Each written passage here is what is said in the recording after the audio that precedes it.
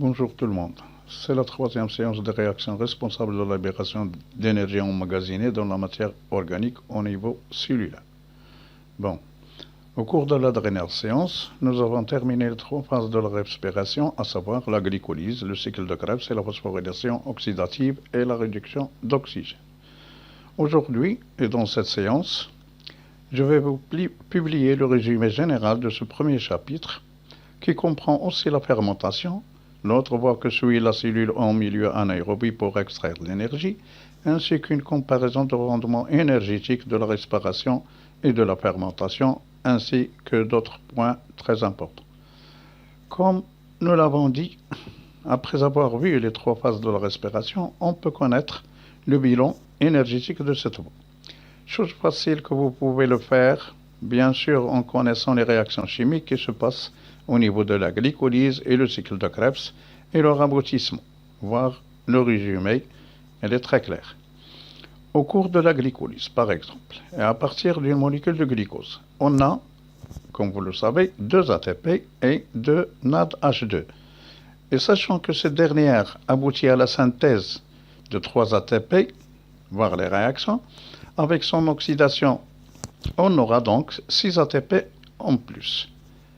Mais si c'est FAD qui intervient, et sachant que l'oxydation de cette dernière aboutit à la synthèse de 2 ATP seulement, on n'aura que 4 ATP seulement, et c'est la différence entre 36 et 38, et je crois que nous l'avons expliqué à la séance précédente. En ce qui concerne le cycle de Krebs, on a 2 ATP, 2 GTP, qui sont la GTP, nous l'avons vu, équivalent à l'ATP, 8 NADH2, qui nous donne 24 ATP, et 2 FADH2, qui nous donne 4 ATP. Donc, le cycle de Krebs aboutit à 30 ATP, plus 8 ATP de la glycolyse, ou 6 ATP. 6 ATP lorsque la navette ou le transporteur est FAD, on aura 38 ou 36 ATP. Nous avons parlé l'autre séance de réaction globale. La réaction globale, tout simplement, on écrit les produits initiaux et les produits finaux. Par exemple, la glycolyse. La glycolyse, qu'est-ce qu'on a besoin? On a besoin d'une molécule de glucose, donc c'est 6H12O6. On a besoin d'un NAD+, on a besoin de 2 ADP et on a besoin de phosphate inorganique. Les produits finaux, 2 acides pyruviques et on a 2 NADH2 et on a 2 ATP. Donc voilà la réaction globale. Même chose pour le cycle de Krebs. Même chose pour le cycle de Krebs. On peut écrire la réaction globale du pyruvate jusqu'au acétylcoenzyme A. Par exemple, on a besoin de pyruvate, NAD+, et coenzyme A. Et les produits finaux seront l'acétylcoenzyme A plus NADH2 plus CO2, etc. pour le cycle de Krebs, sans écrire les produits ou bien les composés intermédiaires. Voilà ce qui concerne les réactions globales qu'on a mentionnées l'autre jour, sont très faciles à écrire, à faire. Maintenant, on entame le volet de la fermentation. L'autre voie que suit la cellule en milieu anaérobie pour la dégradation du glucose. La fermentation, comme nous avons vu,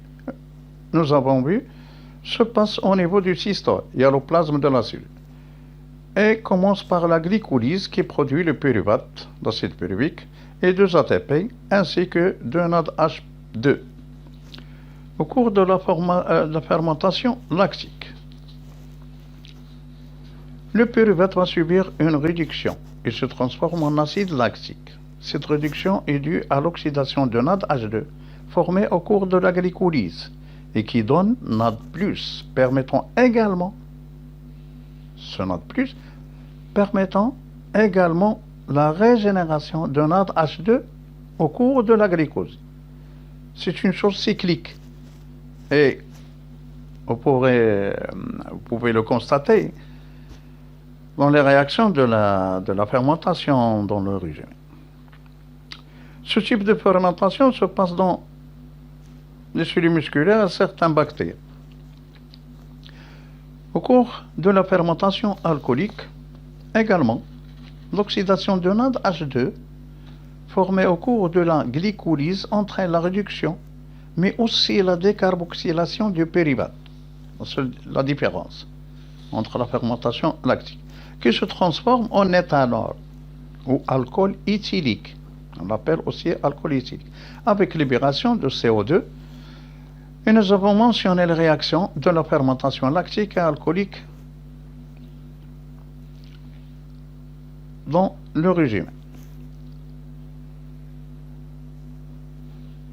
Au cours de cette voie de fermentation, on peut constater également que l'oxydation des transporteurs d'hydrogène, NADH2, n'est pas couplée à une synthèse d'ATP comme au cours de la troisième phase de la respiration, alors que l'oxydation du glucose aboutit à 2 ATP seulement, d'où l'oxydation de ce dernier est donc incomplète au cours de la fermentation.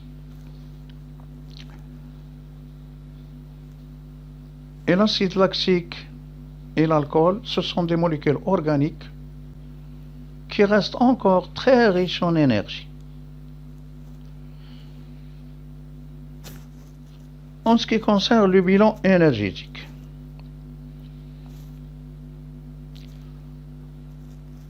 on peut le résumer en 2 réactions mentionnées dans le régime. Ils sont très simples.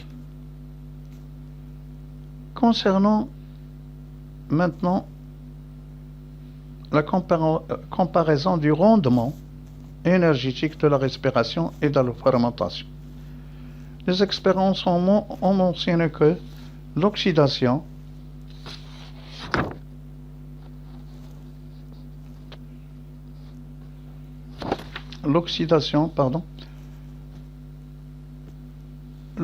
d'une molécule de glucose libère 2840 kJ et que l'hydrolyse d'une molécule d'ATP en ADP plus PI libérait 30,5 kJ.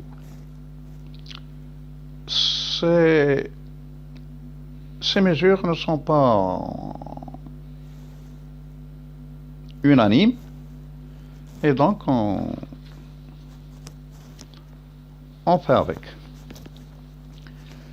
Donc on voit le schéma que vous avez sur le résumé concernant la comparaison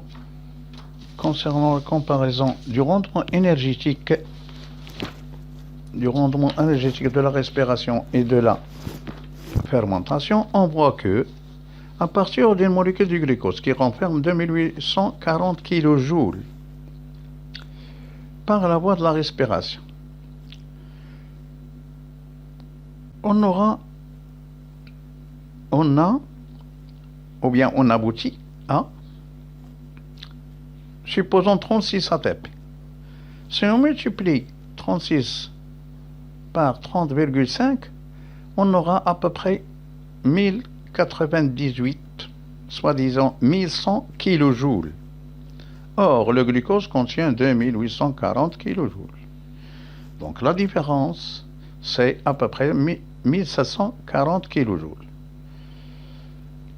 Cette quantité d'énergie est perdue sous forme de chaleur. Donc la cellule ne la récupère pas. Il ne récupère que 1100 kJ, c'est-à-dire 36 ATP dans ce cas. Et comme produits finaux, on a, au cours de la respiration, comme vous le savez, 6 CO2, 6 H2O. qui sont des composés minéraux, contiennent 0 kJ, qui sont considérés bien sûr comme des déchets. En ce qui concerne la fermentation alcoolique, la cellule, comme vous le savez, la cellule ne récupère que 2 ATP. 2 ATP, ça veut dire 61 kJ. 61 kJ. La quantité d'énergie perdue est 59 kJ sous forme de chaleur. Donc, si on ajoute 59 plus 61, ça fait 120. Si on retrouve 120 de 2840 kJ, il nous reste 2720 kJ. Ces 2720 kJ, c'est la quantité d'énergie que renferme l'éthanol. On a dit que l'éthanol et l'acide lactique, ce sont des molécules organiques très riches en énergie. Très riches en énergie. Et voilà, je crois que nous sommes arrivés à la fin de ce premier chapitre, qui est les réactions métaboliques responsables de la libération d'énergie emmagasinée dans la matière organique au niveau cellulaire, et que la cellule, à travers la dégradation du glucose, régénère son stock énergétique. En ce qui vous concerne, vous devez comprendre et saisir le résumé et les réactions qui vont avec. Faisons ça, je suis sûr que est certain qu'aucun exercice ne vous résistera. Autre chose, après le deuxième chapitre, je crois, parce qu'on est très en retard, on traitera des exercices se trouvant sur des bacs ou non, comme vous pourrez aussi poser des questions concernant tout point ou exercice non compris lié à ces 2 chapitres sur mon WhatsApp. Le numéro est le même, 06 42 777 528. 06 42 77 75 28. Je crois donc qu'on va s'arrêter là. Et vous demandez aussi si ce contenu vous a plu. N'oubliez pas de commenter, liker et s'abonner à la chaîne pour nous encourager. Et pour au moins qu'on puisse faire des vidéos directes. Merci et bon courage.